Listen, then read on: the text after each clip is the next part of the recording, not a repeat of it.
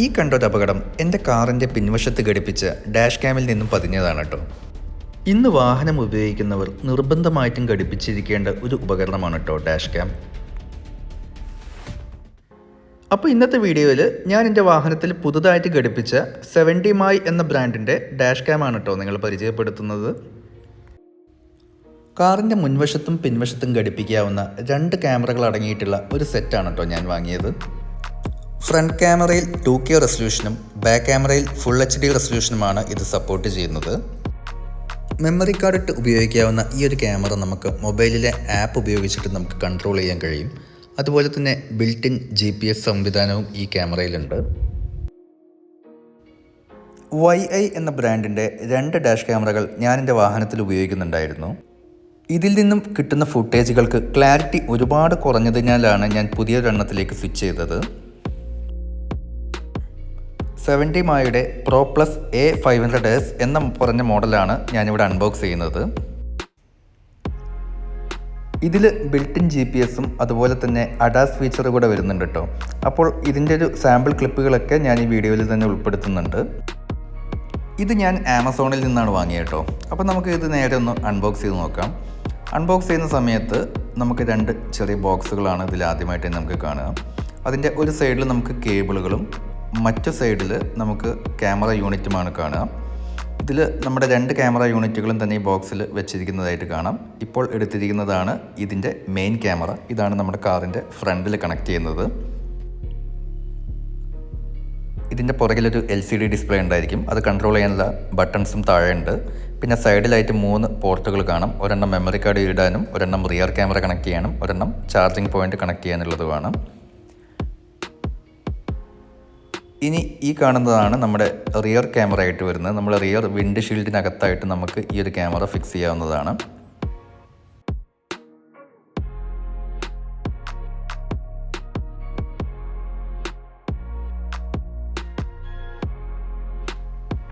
ഇനി ഇതിൻ്റെ കൂടെ കിട്ടിയിട്ടുള്ള മറ്റൊരു ബോക്സിൽ നമുക്ക് ഇതിൻ്റെ കുറച്ച് പേപ്പർ വർക്കുകളും കാര്യങ്ങളും വാറണ്ടി കാർഡും മാനുവൽസൊക്കെയാണ് ഉള്ളത്.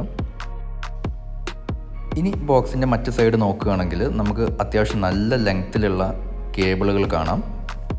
ഇത് ഒരെണ്ണം റിയർ ക്യാമറയിലേക്ക് കണക്ട് ചെയ്യാനുള്ളതും ഒരെണ്ണം മൊബൈൽ ചാർജിങ് പോർട്ടിൽ നിന്നും നമ്മുടെ ഫ്രണ്ടിൽ വരുന്ന മെയിൻ ക്യാമറയിലേക്ക് കണക്ട് ചെയ്യാനുള്ളതും ആയിരിക്കും. ഈ ഒരു കേബിളാണ് നമ്മുടെ ചാർജിങ് പോർട്ടിൽ നിന്നും മെയിൻ ക്യാമറയിലേക്ക് കണക്ട് ചെയ്യുന്ന കേബിൾ വരുന്നത്. ഇതിൽ ടൈപ്പ് C പോർട്ടല്ല വരുന്നത്, മൈക്രോ USB പോർട്ടാണ് വരുന്നത്. പിന്നെ നമ്മുടെ മെയിൻ ക്യാമറ വിൻഡ്ഷീൽഡിലേക്ക് ഒട്ടിക്കുന്നതിനുള്ളൊരു ചെറിയൊരു കണക്ടറും അത് ഫിക്സ് ചെയ്യുന്നതിനുള്ളൊരു ഭാഗവും ഇതിൻ്റെ കൂടെ തന്നെ പ്രൊവൈഡ് ചെയ്തിട്ടുണ്ട്. പിന്നെ ഈ ഒരു ഡിവൈസ് പവർ ഓൺ ചെയ്യുന്നതിന് ആവശ്യമായിട്ടുള്ളൊരു മൊബൈൽ ചാർജർ കൂടെ ഇതിൻ്റെ കൂടെ തന്നിട്ടുണ്ട്. ഈ റെഡ് കളറിൽ മാർക്ക് ചെയ്തിരിക്കുന്ന അതിലാണ് നമ്മുടെ USB പോർട്ട്, അതായത് നമ്മുടെ ക്യാമറയുമായിട്ടുള്ള കണക്ഷൻ കൊടുക്കേണ്ടത് എന്നുള്ളതാണ് അവിടെ ഇൻഡിക്കേഷൻ കൊടുത്തിട്ടുള്ളത്. പിന്നെ ചെറിയൊരു ടൂള് നമുക്ക് കാണാം. നമ്മുടെ കേബിളുകളൊക്കെ നമ്മുടെ കാറിൻ്റെ ടോപ്പ് സൈഡ് ഈ മുകൾ ഭാഗത്തെല്ലാം അതിൻ്റെ ഈ ഒരു ചെറിയ ടൂൾ ഉപയോഗിച്ചിട്ട് നമുക്ക് കറക്റ്റായിട്ട് അതിനിടയിലൂടെ തിക്കി കൊടുക്കാനൊക്കെ നമുക്ക് ഈ ഒരു ടൂൾ ഉപയോഗിക്കാം. ഇപ്പോൾ എൻ്റെ ഫ്രണ്ട് വിൻഡ്ഷീൽഡിൽ ഞാൻ ഈ ക്യാമറ ഫിക്സ് ചെയ്തിട്ടുണ്ട്. ഇനി ഇതിൻ്റെ ഫ്രണ്ട് ക്യാമിൽ നിന്നും കിട്ടിയിട്ടുള്ള കുറച്ച് സാമ്പിൾ ഫുട്ടേജുകൾ ഞാൻ നിങ്ങൾക്ക് കാണിച്ചു തരാം.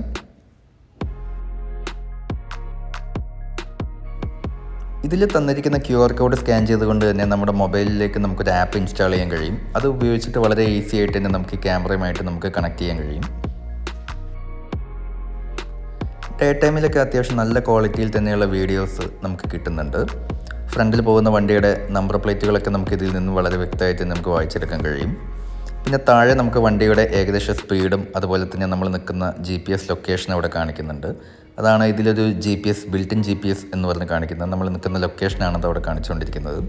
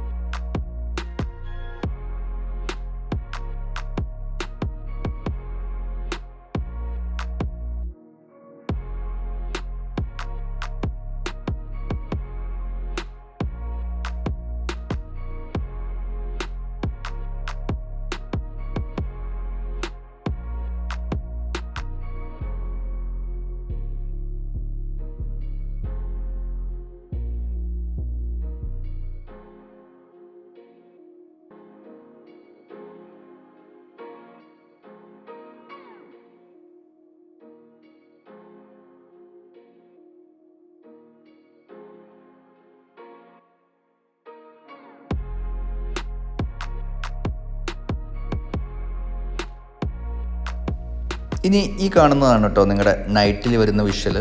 എത്രത്തോളം ക്ലാരിറ്റി ഉണ്ട് എന്നുള്ളത് നിങ്ങൾക്ക് തന്നെ ഡയറക്റ്റായിട്ട് കാണാം.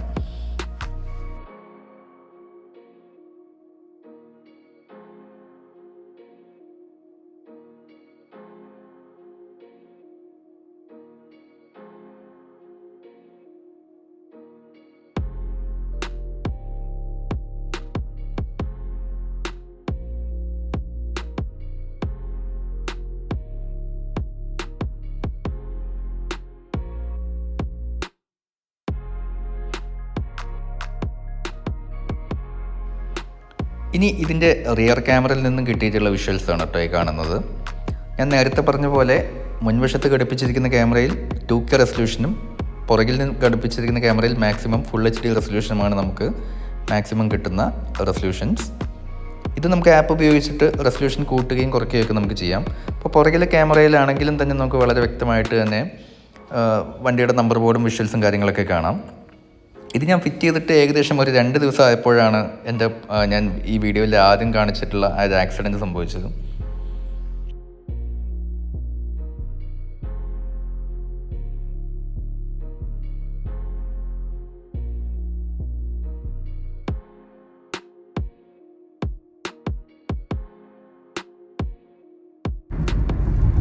ഇപ്പോൾ ഈ ക്യാമറയിലെ അഡാസ് ഫീച്ചർ ഓപ്പൺ ചെയ്ത് കഴിഞ്ഞാൽ നമുക്ക് വാർണിംഗ് മെസ്സേജുകൾ വരുന്നതായി കാണാം. അതായത് റോഡിൻ്റെ സെൻറ്ററിലുള്ള വൈറ്റ് ലൈനിൽ നിന്ന് നമ്മൾ റൈറ്റ് സൈഡിലേക്ക്, അതായത് ലൈൻ തെറ്റിച്ച് ഓടിക്കുകയാണെങ്കിൽ നമുക്കപ്പോൾ ഇങ്ങനെ വാർണിംഗ് മെസ്സേജസ് വന്നുകൊണ്ടിരിക്കും. ഇതെപ്പോഴും കറക്റ്റൊന്നുമല്ല, ചില സമയങ്ങളിൽ മാത്രമേ അത് വർക്ക് ആവുന്നുള്ളൂ.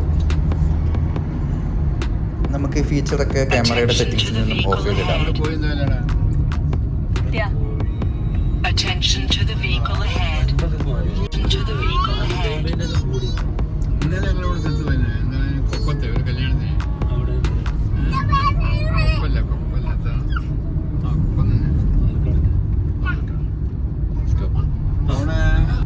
അതുപോലെ നമ്മുടെ മുന്നിലൊരു വാഹനം വരുന്ന സമയത്ത് നമുക്ക് ഇതുപോലെ വാർണിംഗ് മെസ്സേജുകൾ വരും. അപ്പോൾ ഞാൻ ഈ പ്രൊഡക്റ്റിൽ വളരെയധികം ഹാപ്പിയാണ്. ഇനി നിങ്ങൾ നിർബന്ധമായിട്ടും ഇങ്ങനെയൊരു ഡാഷ് ക്യാം നിങ്ങൾ വണ്ടിയിൽ വാങ്ങി വെക്കുന്ന സമയത്ത് തന്നെ ഫ്രണ്ടിലും ബാക്കിലും ഉള്ളൊരു മോഡൽ തന്നെ നിങ്ങൾ സെലക്ട് ചെയ്യുക. ഇനി നിങ്ങൾക്ക് ഈ ഒരു മോഡൽ വേണമെന്നുണ്ടെങ്കിൽ ഞാനിതിൻ്റെ മോഡൽ നമ്പർ ഡിസ്ക്രിപ്ഷൻ ബോക്സിൽ കൊടുക്കാം കേട്ടോ.